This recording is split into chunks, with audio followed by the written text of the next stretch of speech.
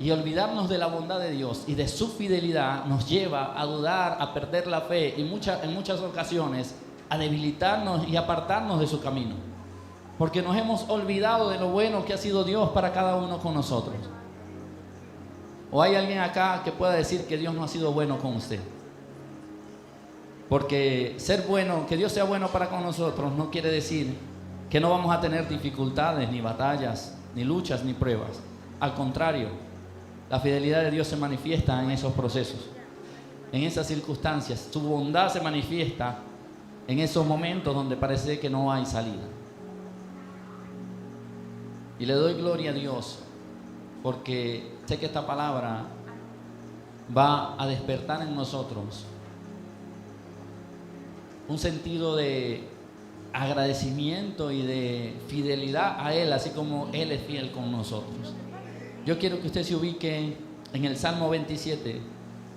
Vamos a estar leyendo todo el Salmo 27. Salmo 27, desde el versículo 1 en adelante. Y yo lo voy a estar leyendo en la Reina Valera 1960. Usted lo lee en cualquier versión que usted tenga. Vamos a leer la palabra en el nombre del Padre, del Hijo y del Espíritu Santo. Dice así la palabra del Señor: Jehová es mi luz y mi salvación, ¿de quién temeré? Jehová es la fortaleza de mi vida, ¿de quién he de atemorizarme?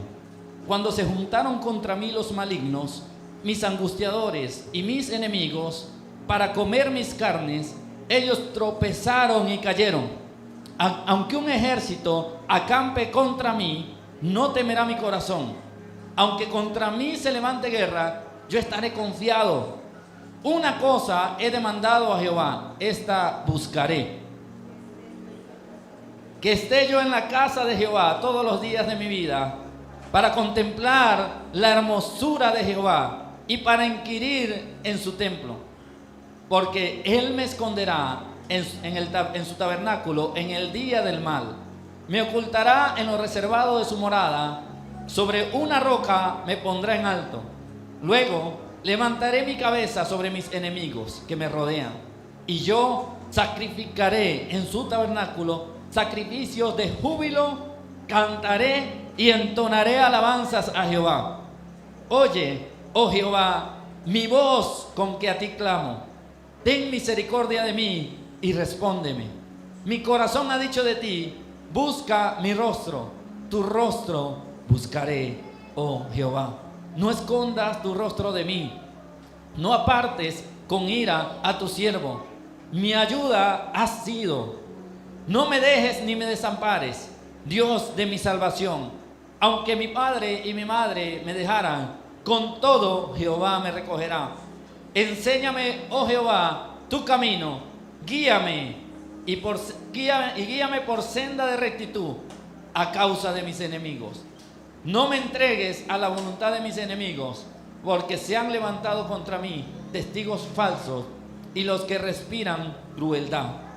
Hubiera yo desmayado si no creyese que veré la bondad de Jehová en la tierra de los vivientes.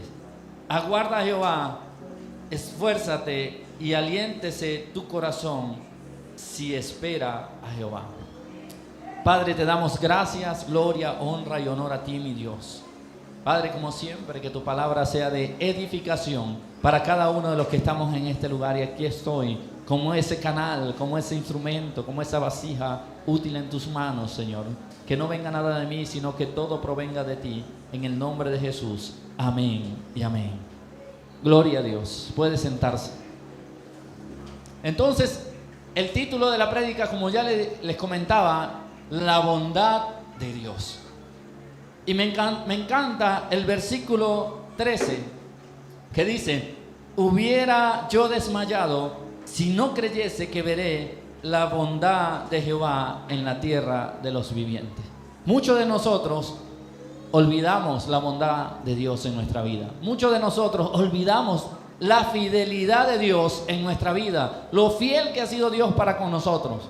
Olvidamos que Él ha estado ahí en cada una de las circunstancias, momentos, adversidades, aún en los momentos buenos, también Él ha estado allí presente. Y este salmo de David me parece un salmo muy especial, como prácticamente todos los salmos de la Biblia. Y yo sé que muchos lo saben, algunos de pronto no. No todos los salmos fueron escritos por David. Otros fueron escritos por Salomón, otros fueron escritos por Asaf y otros fueron escritos por otras personas. Pero en su mayoría o gran cantidad de los salmos fueron escritos por David. Y este salmo en específico fue escrito por David. Pero yo me imagino que este salmo fue escrito por David un día que él tenía la nevera llena, que él estaba en salud, que tenía los servicios pagos, el arriendo pago, que prendió el aire acondicionado, se fue a su oficina, sacó el bolígrafo, sacó la libreta y dijo: voy a escribirle un salmo al Señor. Me imagino que ese fue el contexto en el que David escribió este salmo. ¿Cierto? ¿Ustedes están de acuerdo conmigo? No es el contexto donde David escribe este salmo. Muchos de los salmos de David fueron escritos en momentos donde estaba agobiado, angustiado, perseguido, donde estaba siendo maltratado, donde no tenía nada que comer, donde de pronto estaba en una cueva oscura, donde no había, de pronto él no tenía ni siquiera esperanza. Ahí en ese contexto fue escrito este salmo de David. Y nosotros pasamos por muchas de esas circunstancias. No todas. Yo creo que ninguno de nosotros se acerca un poco a lo que vivió David en ese momento, o en ese tiempo donde él vivió. Yo creo que a nosotros nos duele la muela y ya estamos renegando de Dios. No nos pagan la quincena o no conseguimos trabajo unos días y ya nosotros nos olvidamos de la fidelidad de Dios. Nos olvidamos completamente de la bondad de Dios. Pero David viene y dice: tan lindo David, hubiera yo desmayado si yo me hubiese olvidado de la bondad de Dios. Algo que mantenía a David firme, sin desmayar, sin dudar, creyendo en Dios, era que él sabía que Dios era bondadoso y que Dios era fiel y que nunca, en ninguna circunstancia, Dios lo iba a dejar y lo iba a desamparar. David enfrentó muchos peligros antes de llegar a ser rey. De pronto tú y yo nos acordamos de David, el rey, que tenía privilegios, tenía autoridad, Dios les daba la victoria, tenía honra entre las naciones, era un hombre amado por Dios. Pero pocos olvidamos el proceso que vivió David para llegar a ser rey. David, antes de llegar a ser rey, sufrió varios intentos de asesinato. Fue perseguido y lo intentaron matar en varias ocasiones. David, antes de ser rey, vivió como un forajido. No tenía dónde dormir, no tenía dónde descansar. Tenía una similitud a Jesús cuando dijo que el Hijo del Hombre no tenía ni siquiera dónde recostar su cabeza. Eso lo vivió David. Era un forajido. David, antes de ser rey, lo persiguieron ejércitos. Antes de ser rey, luchó muchas batallas. Antes de ser rey, fue pastor de ovejas. Antes de ser rey, fue humillado incluso por su padre y tenido en poco. Antes de ser rey, le tocó enfrentarse a un gigante al cual todos le tenían miedo. En pocas palabras, David vivió una vida bastante fuerte y complicada. De lucha en lucha, de prueba en prueba, de circunstancia en circunstancia. Me imagino aquel David en la cueva de Adulán, con puros vagos y sinvergüenzas, enfermos, chuecos, cojos, endeudados, en esa cueva de Adulán. Y me imagino a David diciendo: Señor, tú sí tienes cosas. Yo estoy viviendo mi proceso y viene y me manda este poco de gente que tiene más problemas que yo. O de pronto no tienen más problemas que yo, pero también tienen sus circunstancias. Entonces, aparte de llevar mi carga, ¿me vas a poner a llevar la carga de esta gente lisiada, endeudada, chueca, fea? Toda este poco de gente despreciada y desechada. David pasó por muchas cosas, pero David entendió algo valioso: lo que significaba la bondad de Dios, lo que significaba la fidelidad de Dios. David enfrentó peligros muy grandes que serían difíciles de superar para cualquiera de nosotros. Hoy para nosotros un gigante es dejar el teléfono, dejar de consumir tanto Facebook e Instagram. Voy a levantar ayuno para vencer ese gigante. Hoy a David le daríamos risa a nosotros. Hoy nuestro gigante es poder levantarnos a las 5 de la mañana a orar y hacer un matutino. Voy a vencer ese gigante. Hoy nuestro gigante es leer un capítulo al día de la Biblia, porque nos cuesta. Esos son nuestros gigantes. Imagínense que tú y yo hubiésemos vivido la temporada que vivió el rey David. Muchos de nosotros hoy no estuviéramos en este lugar. ¿Sabes por qué? Porque tú y yo no hemos entendido la fidelidad y la bondad de Dios en nuestra vida. Por eso comienza diciendo en el versículo 1: Jehová es mi luz y mi salvación, ¿de quién temeré? Jehová es la fortaleza de mi vida, ¿de quién he de atemorizarme? Y esto David no solo lo dice por fe. Nosotros hoy queremos recitar este versículo por fe. Jehová es mi luz y mi salvación, ¿de quién temeré? Jehová es la fortaleza de mi vida, ¿de quién he de atemorizarme? Y lo imprimimos, mandamos a hacer un cuadro bien lindo, o lo compramos allá en el centro y lo pegamos en la pared. Y decimos, esto yo lo creo por fe. Pero aquí David no lo estaba diciendo por fe. Esto lo dijo porque ya había experimentado la bondad de Dios en su vida. Porque era una vivencia para él. Él estaba convencido de que Dios, de que Jehová realmente era su luz y era su salvación. No era algo que le esperaba de Dios. Hoy en día tú y yo esperamos que Dios sea nuestra luz y nuestra salvación. No, David ya sabía que Jehová era su luz y su salvación, y ya lo había experimentado. David no lo creía por fe. No, yo creo por fe que Jehová es la fortaleza de mi vida. No, realmente Jehová era la fortaleza en la vida de David. Por eso no tenía temor, por eso se paraba firme ante cualquier circunstancia.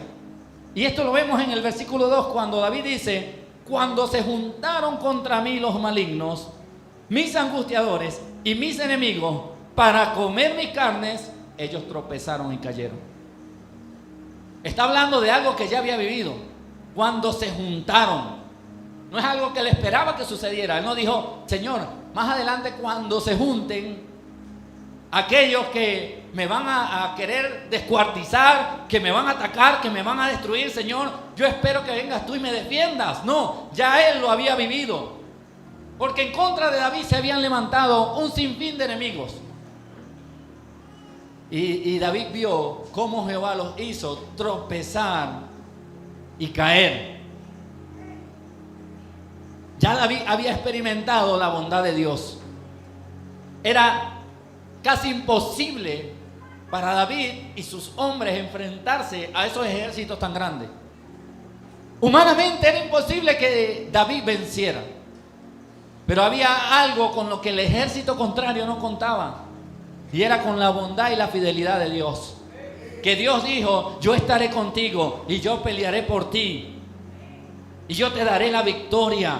Y yo te pondré en el lugar para el cual te llamé y te escogí. Y no importa que se levanten 1000 a tu derecha o 10,000 a tu izquierda, todos van a caer, porque soy yo quien va delante de ti como poderoso gigante. Él sabía a quién le estaba creyendo. Él sabía que era un Dios poderoso y un Dios fiel, un Dios bondadoso, un Dios que lo que habla lo cumple. Cuando se juntaron contra mí los malignos, mis angustiadores y mis enemigos, para comer mis carnes, ellos tropezaron y cayeron. Esto quiere decir que ya se habían juntado contra él sus enemigos. ¿Para qué se habían juntado sus enemigos, amada iglesia? ¿Para llevarle una bolsa de comida? ¿Para irle a dar abrazos y picos? ¿Para ayudarlo? Se habían juntado, dice, para destruirlo, para comer sus carnes. Para eso se habían reunido sus enemigos. ¿Y qué les pasó a sus enemigos según este versículo? Tropezaron y cayeron. Hoy en día nosotros no confiamos en la fidelidad de Dios y en su bondad, y que es Él el que va delante de nosotros. Es Él el que tiene el control de cada una de las circunstancias de nuestra vida. Es Él quien nos guarda, es Él quien nos defiende, es Él quien nos provee, es Él quien nos ayuda, es Él quien nos sana, es Él quien nos guía. Si nosotros confiáramos en Dios, como confía David, en cualquier circunstancia no salimos llorando como bebé. En cualquier circunstancia no salimos hablando mal de nadie, ni defendiéndonos nosotros mismos. Que se levanten 1000, que se levanten 10,000. Ocúpate en serle fiel a Dios y verás su bondad, su fidelidad sobre tu vida. Sale cualquier cristiano diciendo hay que ser manso pero no menso. O sale cualquier cristiano diciendo, la Biblia dice que si te dan en una mejilla le ponga la otra. Y después que le ponga la otra que se prepare porque ahí sí me toca defenderme. La Biblia no dice que te quedes quieto. Porque así actuamos nosotros, a la defensiva. La Biblia me dijo, pon tu mejilla, le pongo la mejilla, le pongo la otra, ahora sí me toca a mí, prepárese. Nosotros no confiamos en su fidelidad. Y yo le doy gloria a Dios. Y toda la gloria y la honra para Él, que he visto su fidelidad, he visto su bondad sobre mi vida, en todos los aspectos. Y todavía me falta aprender a confiar y a descansar en su bondad y en su fidelidad. Pero en todo lo que he dejado en manos de Dios, todo lo que le he dicho, Señor, encárgate tú, he visto cómo Él ha mostrado su fidelidad y su bondad sobre mi vida. Y ciertamente se han juntado a comer mis carnes, pero han tropezado y han caído. En algún momento se han sentado a comer tu carne. En algún momento se han sentado con la intención de destruirte. En algún momento se han levantado o se levantarán para hacerte brujería y para destruir tu matrimonio, para enfermarte. Pero mayor es el que está contigo. No hay poder que pueda más que el poder de nuestro Dios Todopoderoso. No hay un poder más grande que el de nuestro Señor. Se levantarán con armas, con espadas, con jabalina, pero no prevalecerán contra ti cuando tú aprendes a confiar en su bondad y en su fidelidad. Cuando tú aprendes a confiar de que Él tiene el control de todo, de que Él nunca te va a dejar, Él lo prometió. Él dijo, yo estaré con ustedes todos los días hasta el fin. Su fidelidad no cambia, nunca deja de ser. Su bondad no cambia, nunca deja de ser. Mire, David había comprobado la fidelidad y la bondad de Dios. Y por eso él está confiado y seguro, porque sabía que si Dios estaba con él, ¿quién contra él? Eso lo vemos en el versículo 3 de este salmo, cuando dice, aunque un ejército acampe contra mí, no temerá mi corazón. Aunque contra mí se levante guerra, yo estaré confiado. Esto sí no lo había experimentado en este momento David, o experimentaría algunas cosas, pero aquí está hablando en tiempo futuro. Aunque contra mí, aunque un ejército acampe contra mí, no temerá mi corazón. Y nosotros cuando nos enteramos que va a suceder algo, viene un compañero de trabajo y nos dice, mira, el jefe está bravo contigo, parece que te van a echar. Y no vienes tú y confías en la bondad y la fidelidad de Dios, sino que ya tú te vas preparado y empiezas a armar tu coartada. Si es por esto, voy a decir que fue por aquí, por aquí, por allá. Si me van a votar por aquello, entonces yo voy a alegar y a defenderme con esto, esto y lo otro. Y empezamos a hacernos un sinfín de ideas y a buscar pretextos, excusas, incluso mentiras, para nosotros poder conservar nuestro empleo. Pero eso simplemente muestra algo: no confiamos en la bondad y la fidelidad de Dios. Porque cuando tú y yo confiamos en la fidelidad de Dios, viene el chismoso y te dice, te van a echar del trabajo. Si Dios lo permite, amén. Él sabrá qué tiene preparado para mí. Porque yo no he visto a justo desamparado, ni su simiente que mendigue pan.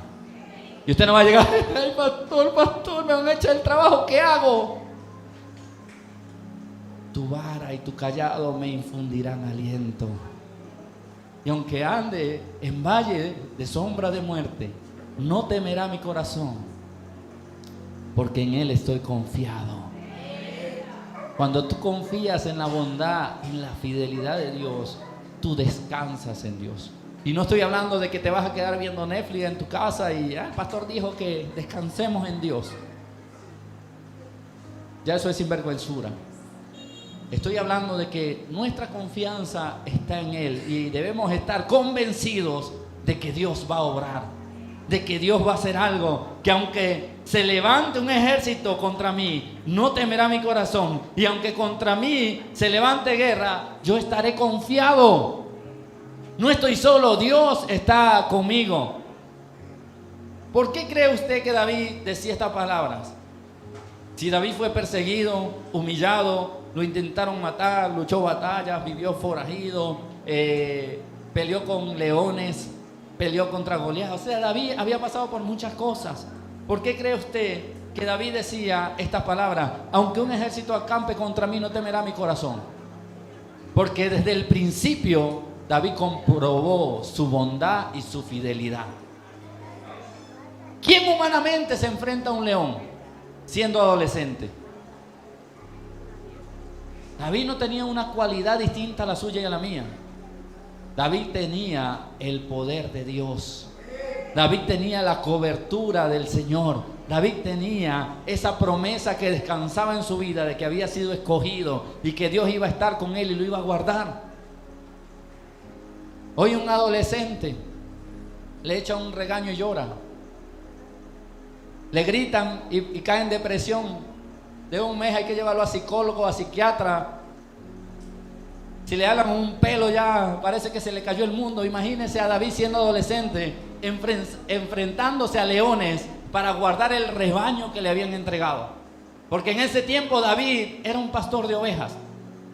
David había comprobado la fidelidad y la bondad de Dios desde que eran niños.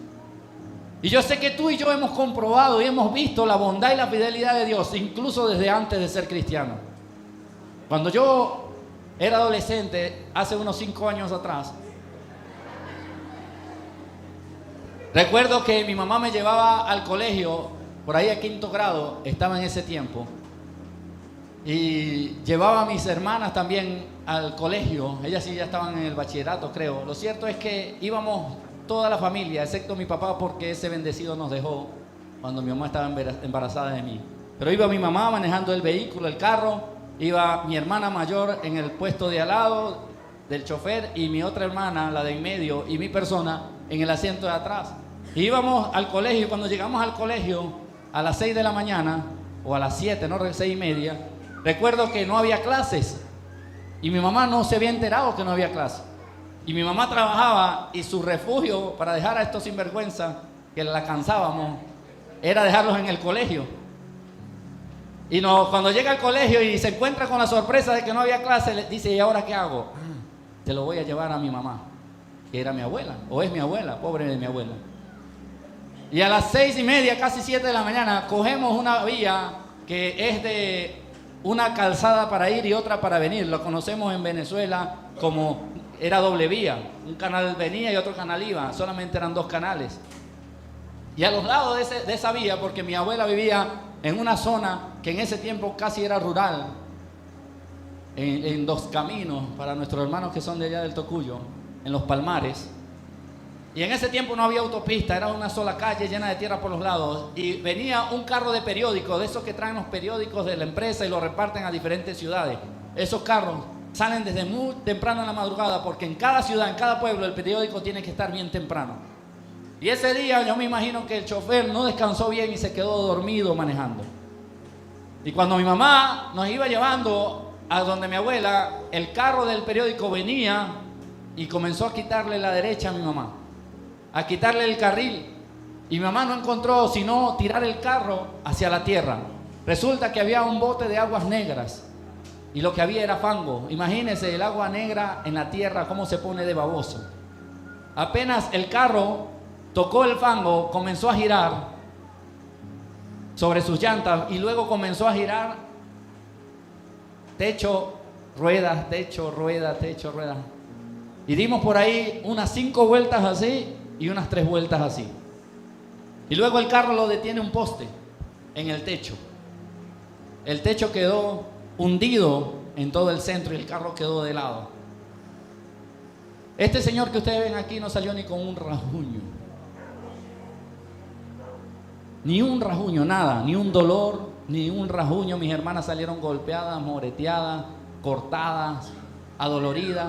Y yo fui el primero que reaccioné porque el cuerpo entra en una especie de protección y se bloquea para no poder sentir o ver lo que está sucediendo. Apenas el carro empezó a dar vuelta, yo no me acuerdo de más nada, solo cuando abrí los ojos.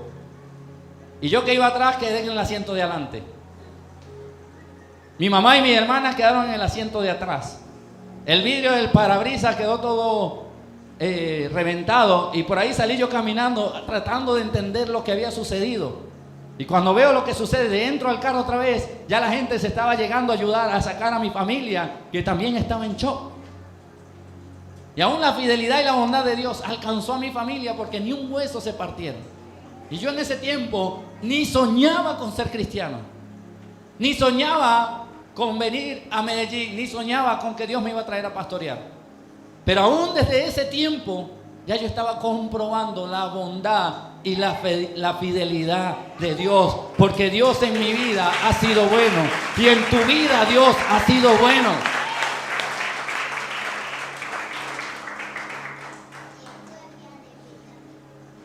Y yo sé que más de uno de ustedes, escuchando el testimonio, van a comenzar a recordar todo lo que Dios ha hecho en su vida.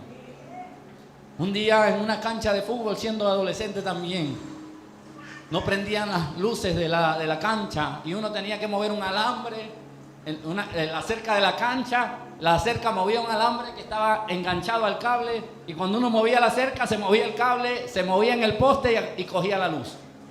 Y todas las tardes, noches que íbamos a jugar, ya uno sabía, hágase la luz y se hacía la luz. Pero una tarde llegamos y movimos la cerca y la luz no encendió. Nos faltó fe. Y era mover esa cancha y mover la cerca y nada que encendía la luz. Pero yo sabía que el alambre que estaba arriba, amarrado al cable, ahí estaba el secreto. Que ese era el que hacía que se moviera el cable y llegara la luz. Y vengo yo, junto con otro amiguito, nos subimos en la pared. Y cuando yo agarro el alambre para mover el cable me movió a mí. Y me quedo electrocutado sin poder soltarme. Apenas cogí el cable sobre... Y el compañerito que se subió conmigo me miraba, éramos 2 adolescentes. En ese momento, ¿qué iba a saber un adolescente qué debe hacer en esa circunstancia? Y el muchacho era queriéndome ayudar y hacer algo y era privado. Y yo tratando de hablarle. Yo no sé si alguien se ha quedado electrocutado, pero eso es horrible. Uno quiere hablar, uno quiere moverse y no puede hacer nada. Lo único que uno hace es gárgara. Uno está ahí, pero uno está consciente de todo lo que está sucediendo. Todo, absolutamente todo. Y yo le veía la cara al muchacho y se iban pasando los segundos. Y yo dije, hasta aquí llegué. Pero Dios mostró nuevamente su bondad. Y a ese niño, a ese adolescente que estoy seguro que no sabía qué tenía que hacer, le dio por darme un golpe impresionante en mi mano. Y en lo que me golpea la mano, me despega del alambre. Porque uno no puede ni respirar. Eso le para a uno hasta los pulmones. Y lo primero que hice fue coger aire, volver en sí, llorar. Me tiré de esa pared y salí corriendo para la casa. Y me tiré en la cama a llorar. Yo dije, ay, me iba a morir. De adolescente. Le conté a mi mamá y no me dejaron jugar más fútbol, por eso soy tan malo. Pero he visto la bondad de Dios desde mucho antes de haber abierto mi corazón y haber entregado mi vida a Él. Él en mi vida ha sido muy, pero muy bueno. Otro día casi me muero con una pepa de mamoncillo. Mi mamá me dice, no comas mamoncillo, que eso es peligroso, te vas a quedar atorado. Y uno, en la etapa de la adolescencia, uno se cree Superman. Y yo le dije, mamá, tranquila, ya yo sé, yo tengo experiencia. Claro, con mis compañeritos nos comíamos los mamoncillos escondidos. Ya yo era un experto dejando la pepa como la cabeza de nuestro hermano, no voy a decir quién. La dejamos pulidita, la pepa de mamoncillo. Y un día íbamos en una camioneta, la camioneta que tenía mi mamá en ese tiempo, una Ford F-150, del año 86, color blanco, chasis largo. Iba sentado en la pierna de una madrina que era así, bien corpulenta, bien gordita, bien troza, como dicen acá. Iba sentado en una de esas, mi mamá va manejando y cae en un hueco y la pepa de mamoncillo ¡plop! Y yo miraba a mi mamá, a mi hermana y a mi madrina y les decía, y era poniéndome morado, y cuando se dan cuenta se atoró, se atoró. Y mi mamá, como es sumamente nerviosa, lo menos que hizo fue ayudarme, era echando gritos. Le doy gloria a Dios que en ese momento mi madrina se dejó usar por Dios. Le doy gracias también que era bien troza. Y me agarró por la cintura y me hizo como 3 veces. Y al final la pepa de mamoncillo salió, o la semilla, que creo que lo llaman semilla, nosotros lo llamamos pepa. La semilla del mamoncillo o la pepa del mamoncillo salió disparada y pegó en el parabrisas del carro duro, de lo atorada que estaba esa pepa en mi garganta. Y otra vez sentí lo que era respirar aire contaminado porque no había aire fresco. Y volví en sí. Y les sigo contando testimonios y una y otra vez he visto la bondad y la fidelidad de Dios en mi vida. Pero ¿sabe qué es lo triste? Que nosotros no honramos la fidelidad de Dios. Que nosotros no valoramos la bondad de Dios. ¿Cuántos de ustedes hoy no tienen un testimonio para contar de cómo Dios se glorificó en su vida cuando no había nada que hacer? Cuando tal vez no había una salida, cuando no había una respuesta, cuando ya no había nada que hacer, vino Dios y dijo, tranquilo, aquí estoy yo. ¿Por qué no confías? ¿Por qué sigues dudando? ¿Por qué sigues tú desenfocado de quién soy yo? David sabía que su vida estaba y descansaba en las manos de papá. No solo en las manos de nuestro Dios Todopoderoso, sino en ese Dios que es Padre y que nos ama como a hijos y que nos cuida como hijos. Hay algo que he aprendido en este último tiempo conviviendo con varios pastores, y es que la iglesia está acostumbrada solo a ver a Dios como el Dios Todopoderoso, el creador del cielo y la tierra, el Dios que hace milagros, que hace señales, que hace prodigios, pero muy pocas veces los vemos como el Dios Padre. Ese Dios que estuvo dispuesto a entregar su único hijo para morir en la cruz del Calvario por ti y por mí, para darnos la salvación y la vida eterna. Ese Dios Padre que quiere lo mejor para ti. Ese Dios Padre que se preocupa por tu bienestar, que quiere que te vaya bien. Pero lamentablemente nuestras malas decisiones nos llevan a vivir de fracaso en fracaso, de tristezas en tristeza, de malas decisiones en malas decisiones, de luchas, pruebas. Dios no quiere que nosotros vivamos de prueba, de lucha en lucha, de prueba en prueba. No, no lo quiere. Sí, Él va a permitir circunstancias en nuestra vida para tratar con nuestra vida, para moldearnos, pero no todo el tiempo Él va a querer tenernos allí llevando palo. La mayoría de las veces son por nuestras malas decisiones, por nuestra falta de fidelidad, por nuestra falta de compromiso. Porque Dios de una u otra manera siempre está mostrando su bondad y su fidelidad para con nosotros. La fidelidad de Dios siempre estará con nosotros. Él tiene cuidado de nosotros, aun cuando no entendemos la situación por la cual estamos pasando. David continúa diciendo palabras muy importantes en el versículo 4. Dice, una cosa he demandado a Jehová, esta buscaré, que esté yo en la casa de Jehová todos los días de mi vida, para contemplar la hermosura de Jehová y para inquirir en su santo templo. Amada iglesia, ¿qué es lo que la mayoría de personas hacen en momentos de dificultad? Hacer lo que hizo David. David dijo, una cosa he demandado a Jehová, estar todos los días de mi vida en la casa de Jehová. ¿Qué hacemos la mayoría de nosotros cuando pasamos por proceso? Hermano, ¿por qué no volviste a la iglesia? Estoy pasando un proceso. No, es que tuve que coger un trabajo que me quita el tiempo para Dios. No, es que estoy cansado de orar y no veo la respuesta de Dios. Entonces estoy buscando la salida por mi cuenta. ¿Qué hacemos nosotros? La actitud que tuvo David, no. Generalmente nos desenfocamos de la fidelidad y de la bondad de Dios, de que Él tiene el control de todo, y tomamos malas decisiones. Y lo primero que hacemos es una cosa: le he demandado a Jehová que si no me concede mi oración, me voy de la iglesia. Si el pastor no me ayuda, me voy de la iglesia. Si el líder no me escribe, si el líder no me ayuda, si el líder no ora por mí, me voy de la iglesia. Imagínese un David pensando de esta manera. David dijo: no, sí. Yo sé en quién creo. Y tú me has mostrado tu fidelidad, tú me has mostrado tu amor, tú me has mostrado que has estado conmigo, tú me has ayudado en todo tiempo, tú me has dado la victoria, aun cuando todo se veía que estaba perdido. Ahí viniste tú y mostraste tu amor, mostraste tu misericordia, mostraste tu bondad y me ayudaste. ¿Será que nosotros hemos decidido estar en la casa de Jehová todos los días de nuestra vida o solamente en los momentos buenos? Porque la mayoría estamos contentos cuando Dios está mandando bendición. La mayoría estamos contentos cuando las cosas están fluyendo como nosotros esperamos. Pero ¿qué sucede cuando las cosas no están fluyendo como lo esperábamos o como lo planificamos? ¿Tenemos la actitud de David? ¿O pasamos a ser malagradecidos con nuestro Señor? ¿Cuál es la actitud que nosotros tomamos?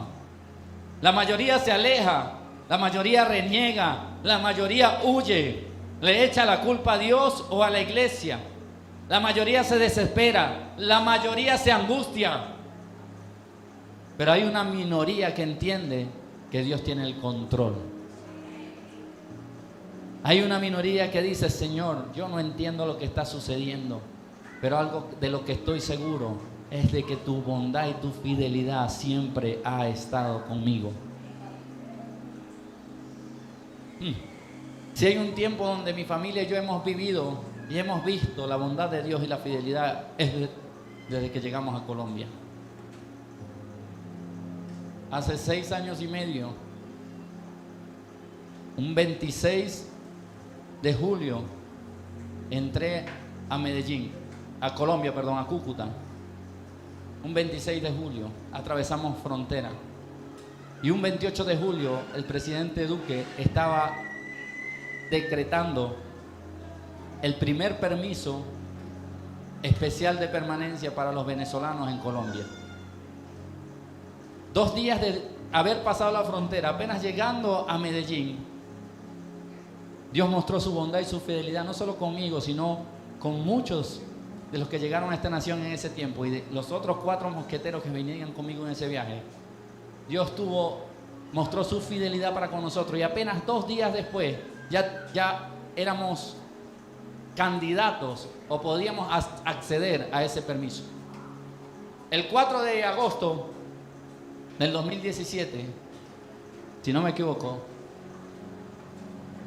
o 2018 entramos, 2018.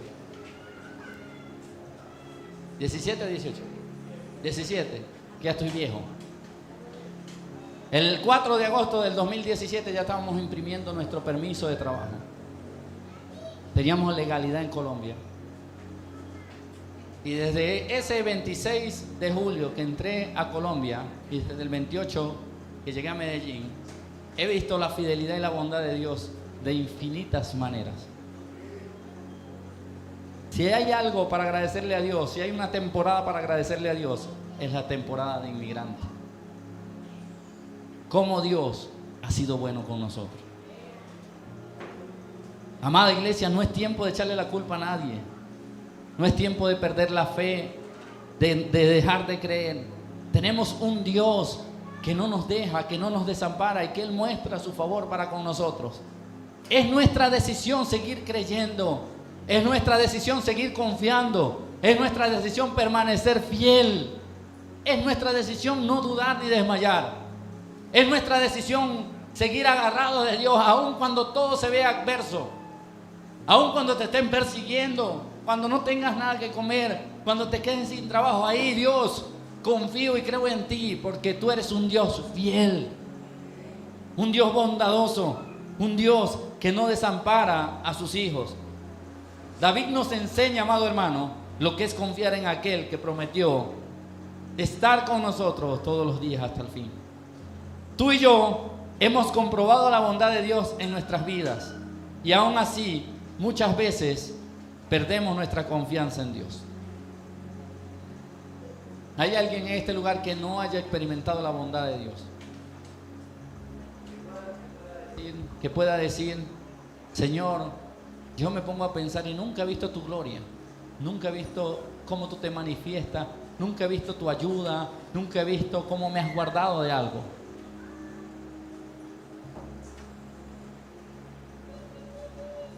Él ha sido fiel contigo. El dilema es: ¿será que nosotros hemos sido fiel con Dios? En el versículo 5 sigue diciendo: porque Él me esconderá en su tabernáculo en el día del mal, me ocultará en lo reservado de su morada, sobre una roca me pondrá. En pocas palabras, David nos está diciendo algo importante.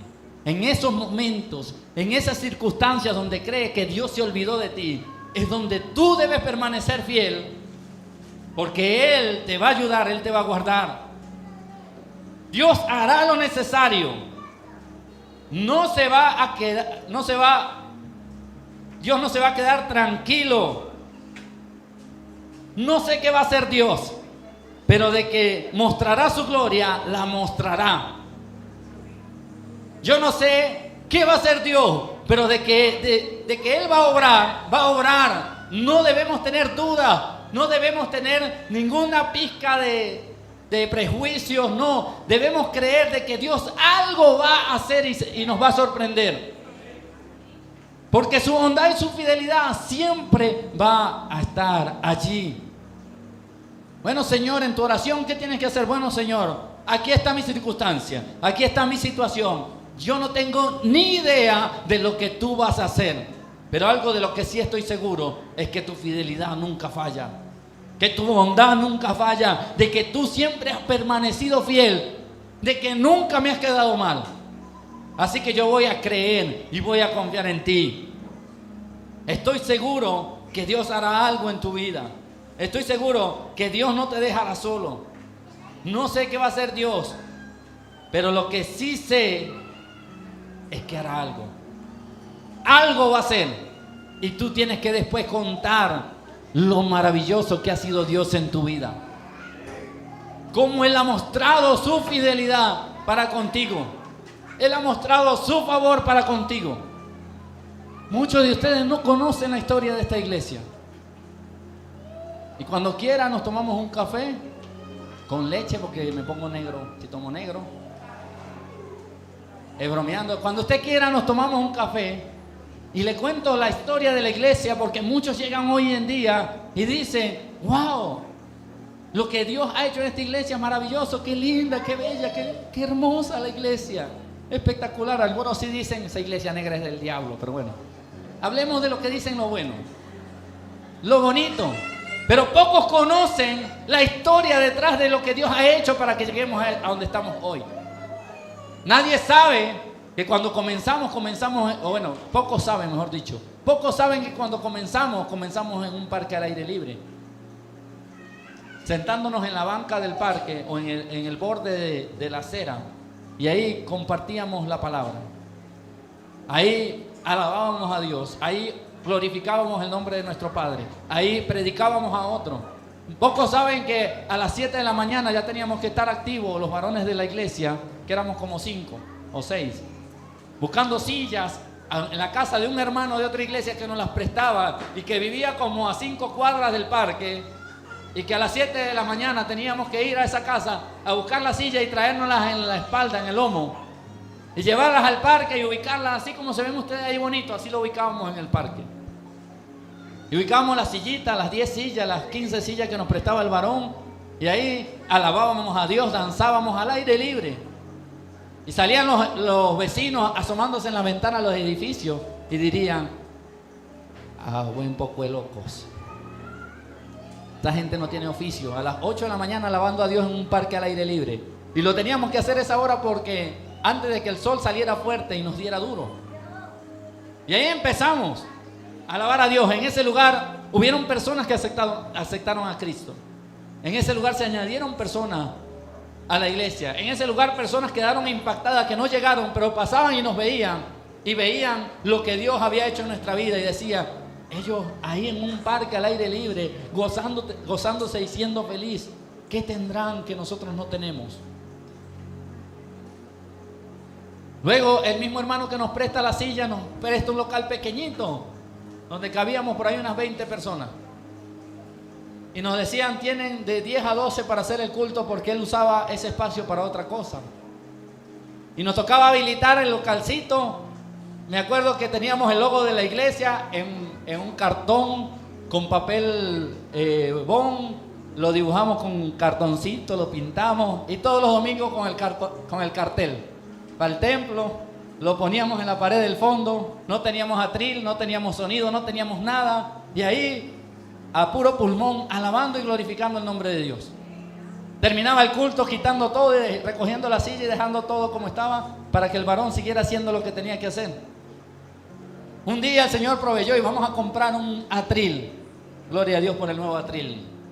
Una bendición de Dios. Qué elegancia. La de Francia. Todo esto lo ha ido haciendo Dios, pero antes, el primer día fuimos a una carpintería que estaba aquí en Sucre, que ya no está, al señor de ahí. Y llego yo, no me acuerdo con quién andaba, si con Isaac, no recuerdo, andaba con alguien más. Y había un cajón así grande, de esta altura. Y como Dios me enseñó a sacarlo precioso del ovil, porque eso era bien feo, ese cajón. Yo le dije al carpintero: ¿habrá posibilidad de que usted lo corte en esta medida y le ponga la tabla y me lo deje así como un atril? El Señor no me entendió y dijo: bueno, él sabrá lo que va a hacer. Yo hago lo que te diga. ¿En cuánto me lo vende? Creo que fueron 50,000 pesos en aquel tiempo. Y le dejé la tarea al carpintero, lo picó, le quitó más de la mitad, sacó la tabla de aquel lado, la puso aquí. Nos armó un atril bien feíto, pero nosotros contentos y felices con ese atril. Y nos tocaba sacar el atril del lugar que nos prestaron, llevarlo a la casa, guardarlo, y los domingos otra vez con el atril, la silla y el aviso al templo. Y así empezamos. Empezamos reciclando. Un día nos tocó buscar una alfombra en el poblado que el evangelista hoy le andaba vendiendo mazamorra, y en un hotel o en un edificio de lujo quitaron una alfombra que para ellos ya no servía.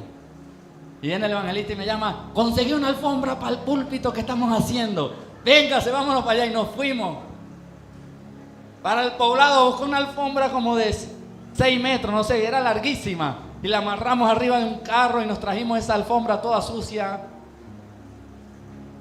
cochina, y aquí la organizamos y la pusimos en uno de las tarimas que teníamos, y la gente: wow, qué alfombra tan bella.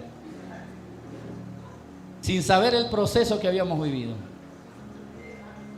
Pero la fidelidad de Dios siempre la vimos manifestada de muchas maneras. Y Dios empezó a glorificarse, porque Dios dice que cuando le somos fieles en lo poco, Él nos pone en lo mucho. Y con 5 años y medio no somos ni la iglesia más bonita ni la más grande, pero somos lo que somos gracias a Él. Gracias a su fidelidad, gracias a su misericordia, gracias a su bondad, gracias a que Él permanece siempre allí con nosotros. Y aunque se han levantado en contra de nosotros gigantes, aunque nos han querido destruir, aunque nos han querido pisotear, hemos dejado todo en manos de Dios. Y Dios ha mostrado su favor para con nosotros. Y todo ha sido con esfuerzo y con sacrificio de muchos de los que estamos aquí, que hemos entendido que esto es de Dios y nos sentimos comprometidos con la casa y con la visión. Esto se logró no porque tenemos dinero, este nuevo atril. ¿Saben? Este atril en internet, búsquelo, vale 1.800.000. Y cualquiera viene dentro de un mes y lo vio en internet, ve aquí, en esa iglesia hay plata. Si tuviera 1.800.000 para gastarse en ese atril, hay billetes. Y no saben que un hermano de la iglesia trabaja en una empresa de acero inoxidable, le consiguió los tubos baraticos, le regalaron una lámina, esto, lo otro, él mismo lo armó, pidió el favor que se lo soldara. por allí pulimos, por el otro lado lo llevamos, lo terminaron de pulir. Hicimos una vaca, como dicen en Venezuela, entre algunos líderes que colaboraron, pusieron 10,000, 20,000, compramos los acrílicos que costaron 190,000 pesos. Y vino el ingeniero de la casa, el pastor Leo, buscó los tornillos, abrió los huecos y lo armó. Fuimos, compramos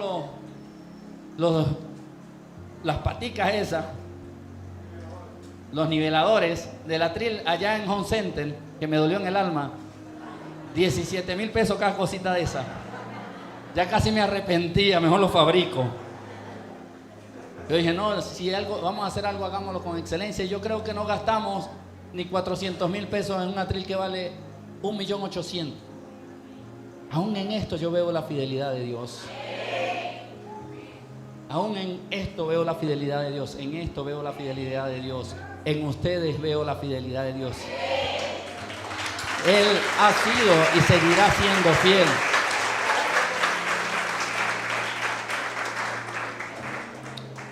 Y la bendición se fue acompañada porque estrenamos atril en Roa y Manzanares estrena atril porque el de aquí se fue para allá. Esa gente en Manzanares, ¡wow! ¡Qué bendición! Porque así es la fidelidad y la bondad de Dios. Él siempre permanece fiel, Él siempre está con nosotros. Tú y yo hemos comprobado su fidelidad, solo que somos malagradecidos. Mire, amado hermano, solo cree en su amor, cree en su fidelidad, cree en su bondad, cree en tu Padre Celestial, confía en Él y vas a ver cómo Él va a moverse siempre a tu favor. Y yo no estoy hablando de que vas a manipular a Dios y Dios te va a dar carro, casa y millones en la cuenta bancaria. No, vas a ver su fidelidad, aún en las cosas más pequeñas. Hay hombres en la Biblia que han visto la fidelidad de Dios. Y yo quiero que usted preste atención y mire lo bueno que ha sido Dios con nosotros, así como lo fue con esta gente. Job, usted conoce a Job, ha leído la historia de Job. Job vivió una vida terrible. Dios le permitió pasar por un proceso increíble. ¿Y qué dijo Job? Job dijo, yo sé que mi Redentor vive. Y si Jehová dio, Jehová quitó, sea su nombre glorificado. Si alguien pasó procesos y dificultades y lucha, fue Job. ¿Y cuál fue la actitud de Job? Me voy de la iglesia. Pastor, no tengo cómo pagar el arriendo. Yo tampoco me voy de la iglesia porque el pastor no me da. Pastor, es que no tengo nada que comer, revíseme la nevera. Ahí comemos los dos de lo poquito que hay. En esa iglesia no ayudan a uno. Imagínense si hubiésemos vivido el proceso que vivió Job. Que Dios permitió que le fuera quitado absolutamente todo. Miren a este varón Víctor. El día domingo falleció su madre y el día jueves estaba aquí predicando,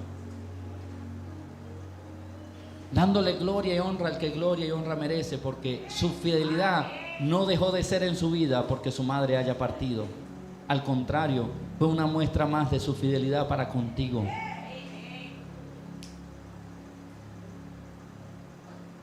Pero nosotros nos arreglan la muela y nos ponen una calzada. No, el odontólogo me dijo que no llevara sereno. No voy para la iglesia. Qué fieles somos nosotros. Fieles nada, por cualquier bobada le estamos fallando a Dios. Por cualquier bobada nos dejamos de congregar. Por cualquier bobada estamos renegando. Por cualquier bobada rechazamos las oportunidades que Dios nos está dando. Por cualquier bobada nos perdemos su bendición solo porque nosotros no permanecemos fieles. Job dijo, yo sé que mi Redentor vive. ¿Cuántos de nosotros podemos decir eso en momentos de angustia o de dificultad? Yo sé que mi Redentor vive y lo que está pasando tiene un propósito en mi vida. Satanás no va a salir ganando, porque Satanás ya fue vencido en la cruz del Calvario. Satanás ya fue vencido en la cruz del Calvario por nuestro Señor Jesucristo. Hay 3 hombres también de la Biblia, impresionantes, 3 hombres que son Ananías, Misael y Azarías, conocidos más comúnmente como Sadrach, Mesach y Abednego. Ananías, Misael y Azarías dijeron, ciertamente nuestro Dios, a quien servimos, puede librarnos del horno del fuego ardiente, y de tu mano, oh rey, nos librará. Y si no, quiero que sepas, oh rey, que no serviremos a tus dioses, ni tampoco adoraremos la estatua que has levantado. ¿Saben? Esta palabra la dicen Ananías, Misael y Azarías, sabiendo que si ellos se rebelaban en contra del rey, iban a ser lanzados al horno de fuego. Y el rey le dice, bueno, vamos a ver si su Dios los puede librar. Y ahí es donde ellos responden, ciertamente nuestro Dios, a quien servimos, puede librarnos del horno del fuego. Tú y yo hoy en día deberíamos tener esa fe, esa convicción, cuando estemos pasando por cualquier circunstancia. Y no doblegarnos ante la estatua del rey. Yo sé que mi Redentor vive. Es más, yo sé que mi Dios me puede sacar victorioso de esta circunstancia en la que estoy, porque mi Dios tiene el poder para hacerlo. Y si no lo hace, sé que igual todo es para la gloria y la honra de nuestro Dios. ¿Cuántos estarían aquí a entrar al horno de fuego para no renegar a Dios? Si apenas nos cae una chispita de aceite cuando estamos frijando las tajadas de maduro y lloramos. Algunos hasta maldicen. Son cristianos y le cae la gotica de aceite.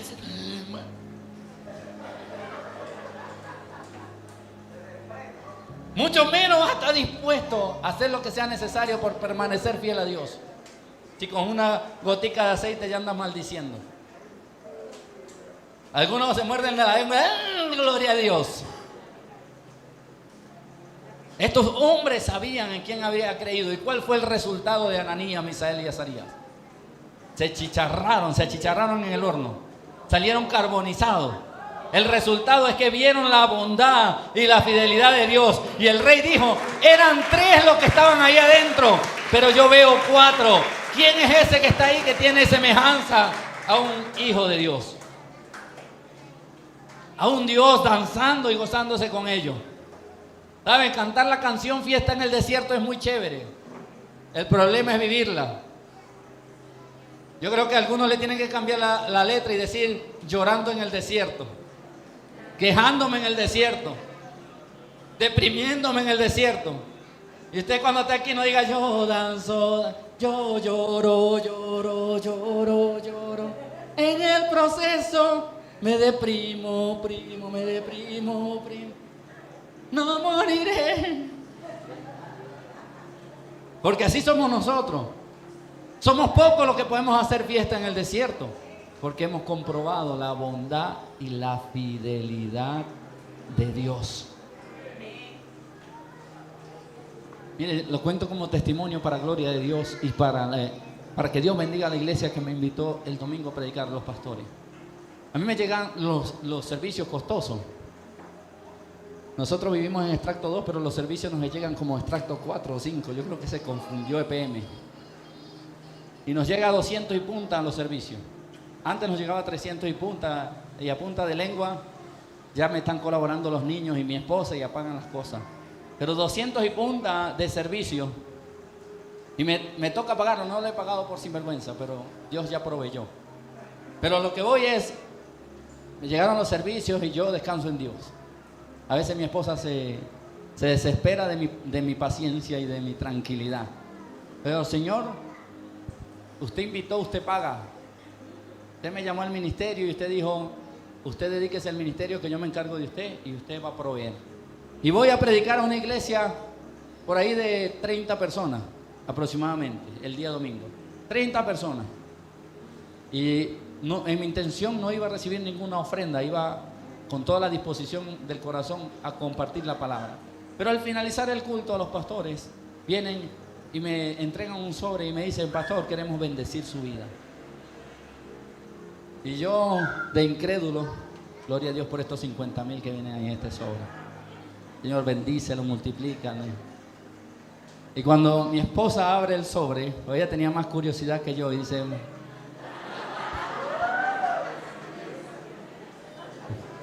ella quería ver si me había faltado fe o me había sobrado fe. Y mi esposa llega y abre el sobre, vamos a ver qué bendición te dieron. Normal, el sobre es para abrirlo o no. O la más ha cerrado.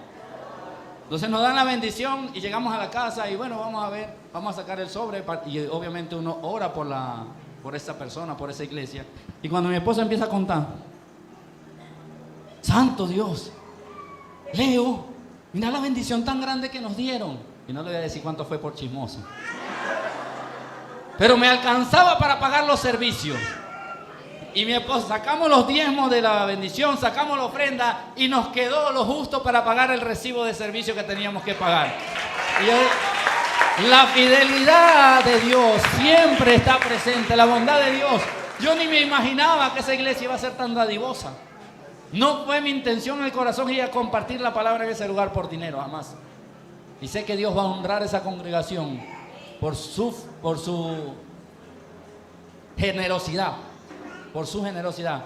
Y nuevamente comprobé la bondad y la fidelidad de Dios. Su fidelidad permanece siempre fiel con nosotros.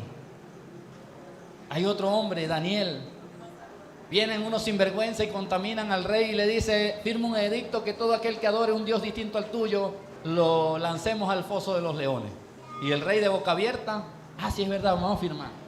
Firma el edicto, lo distribuyen, vienen y le echan el cuento a Daniel: Daniel, te fregaste. Si adoras a tu Dios, ya sabes que vas para el foso de los leones. Y vino Daniel y se metió abajo de la cama. Ay, ¿por qué? Ay, Señor, me van a matar, no te puedo adorar. No, Daniel llegó, fue a su casa, abrió una ventana, abrió la otra y dijo: Señor, nada va a impedir que te adore. Y 3 veces al día oró y adoró a Dios. Porque Daniel sabía la fidelidad de Dios, que la bondad de Dios iba a estar con él. Y los chismosos fueron y lo vieron. Mira, ahí está el evangélico orando. El cristianito cayó en la trampa. Y fueron y le dijeron los chismosos al rey: ¿tú no habías firmado un edicto? Bueno, allá está. Aquel que trajeron del exilio de Israel, aquellos que tú trajiste reclutados, que supuestamente son de bendición para tu reino, allá está adorando a otro Dios que no eres tú. Y tú dijiste que todo aquel que adorara a un Dios que no fueras tú, o tu imagen, se va para el foso de los leones. Tráigame a Daniel. El rey trató de salvarlo, pero ya había firmado el edicto. ¿Y qué tuvo que hacer? Bueno, Daniel, que tu Dios te salve de la boca de los leones. Y lanzaron a Daniel a los leones. Y el siguiente día, bien temprano, fue el rey a ver qué había pasado. Y cuando dice: Daniel, Daniel, tu Dios te salvó, Daniel estaba danzando en el desierto, estaba haciendo fiesta en el desierto. Y dijo: ¿sabes qué, rey? Mi Dios mandó ángeles para que le cerraran la boca a los leones. Y aquí estoy vivito y danzando. Porque a los que aman a Dios, todas las cosas le ayudan a bien. Su fidelidad va a estar con nosotros. Siempre nosotros somos los que no le somos fiel a Dios.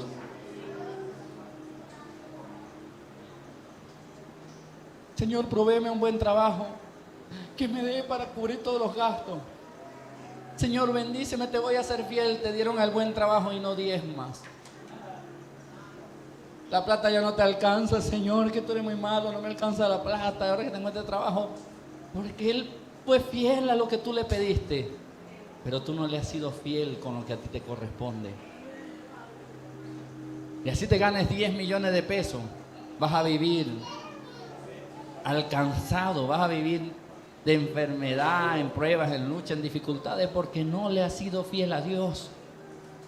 Dios muestra su fidelidad, pero tú no le eres fiel a Dios con lo que te corresponde dar. Y sé que ahí algunos ya le da piquiña en el codo y empieza como a doler. Pero son cosas que tengo que hablar. La fidelidad de Dios se muestra también por medio del dar. Porque tú le dices: Señor, para mí el dinero no es lo primero. Agarré 10,000, aquí está lo que te corresponde.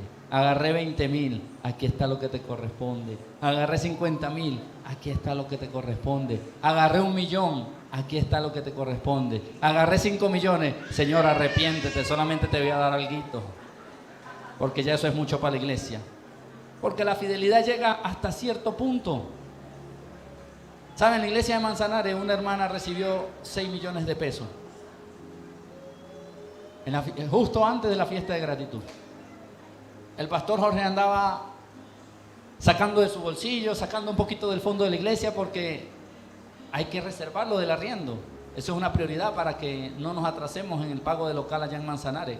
Y él va separando con la pastora semanalmente lo de los gastos, y lo poquito que podía quedar, compraba un bananito, compró una pintura, compraba aquí, y sacó de su plata y compró plato, compró vasos, compró pan de sándwich, compró para hacer el jugo de su bolsillo, y dijo, yo prefiero ponerlo de mi bolsillo antes que tocar el tesoro de la iglesia.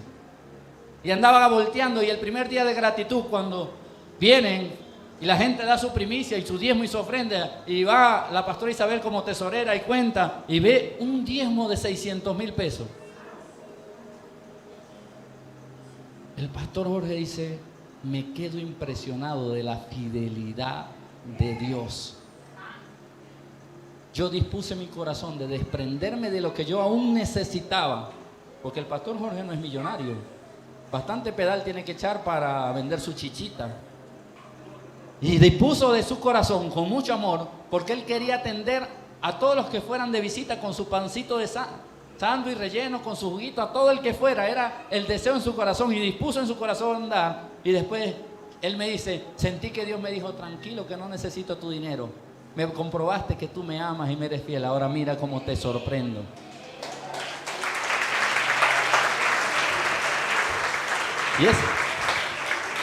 Y obviamente la fidelidad de nuestra hermana también va a ser recompensada, porque en esos montos es donde la gente empieza a cuestionar. Es muy fácil diezmar de 20,000 pesos, pero de 6 millones de pesos, ay, ay.